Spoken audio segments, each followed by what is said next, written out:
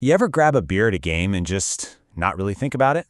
Well, there's a whole world behind that one cup. We're talking about a massive, high-stakes operation where millions of dollars and, honestly, public safety are all on the line. So let's dive in and see how they actually pull this whole thing off. Yeah, it's easy to think it's simple, but the truth is, the decision to even sell alcohol in these giant venues, it's incredibly complex. We're not just talking about tapping a keg here. Think of it more like a giant moving puzzle with huge pieces for finance, logistics, and, this is the big one we're going to get into, public safety. And this right here, this picture really just says it all, doesn't it?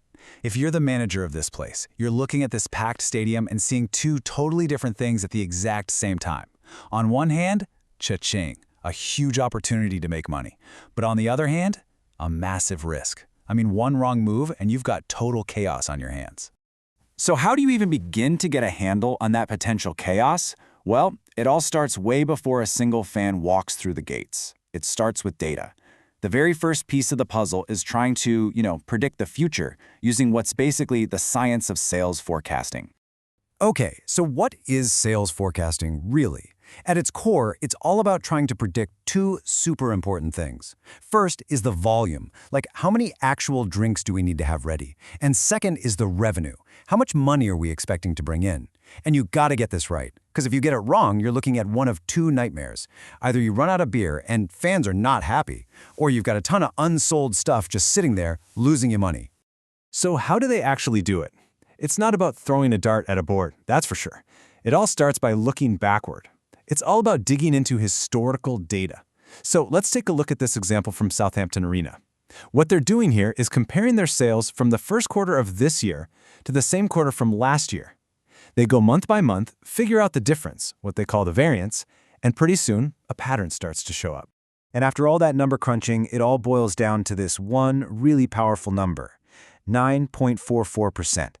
Now, this is not just some random statistic they pulled out of thin air. This is their average sales increase for that whole quarter. And this number, this is the golden key they're going to use to predict what's coming up next. Okay, and this is where the magic happens. They take the sales numbers from the same months last year, they apply that 9.44% increase that we just found, and bam, just like that, they've got a data-driven forecast for their revenue. This isn't a guess anymore. This gives them a really solid idea of exactly how much product they need to get on the phone and order. All right, so predicting how much beer people are going to drink, that's just part one. It's a huge part, but it's only half the battle. Now comes the really physical part. How do you get all of that product from a delivery truck through the stadium and into the hands of tens of thousands of thirsty fans? Man, it's a total logistical gauntlet. You'd think just getting the delivery in the door would be easy, but no way. It is an incredibly tightly controlled process.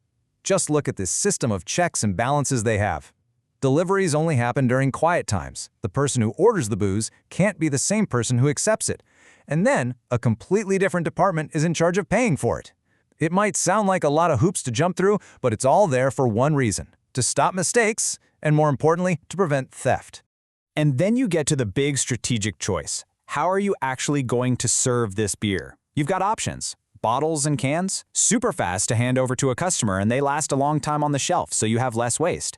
But then you've got draft beer. And that, my friends, is where the real money is. Much higher profit margins. So you can see the dilemma, right?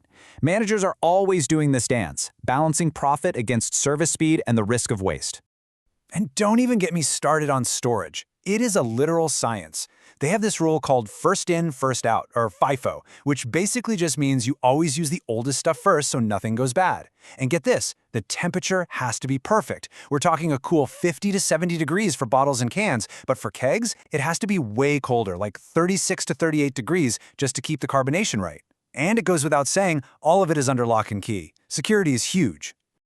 Okay, so the money is figured out. The logistics are buttoned up. You've got your beer, it's cold, it's ready to go, but now we have to talk about the most unpredictable, highest risk variable in this whole equation, the people, the fans. This is what we call the people problem. And this problem, it doesn't even start inside the stadium. It starts hours before the game even begins, right out there in the parking lot. Look, we all love a good tailgate, right? It's a huge part of the game day experience. But if you're a venue manager, oh man, it is a massive headache. And the reason is simple. You've got thousands of people drinking, and you have practically zero control over what's happening. And the stats on this are just mind-blowing. The research shows that fans who tailgate are 14 times more likely to be legally intoxicated, and that's before they even walk through the gates. Just let that sink in for a second. The venue is dealing with a giant liability issue before the first whistle has even blown.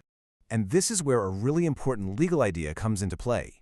It's called foreseeability. It sounds complicated, but it's pretty straightforward.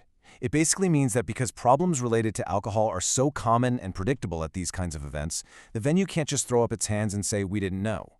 The law says they knew, or at least they should have known, that someone could get hurt, and that means they can be held responsible when it does.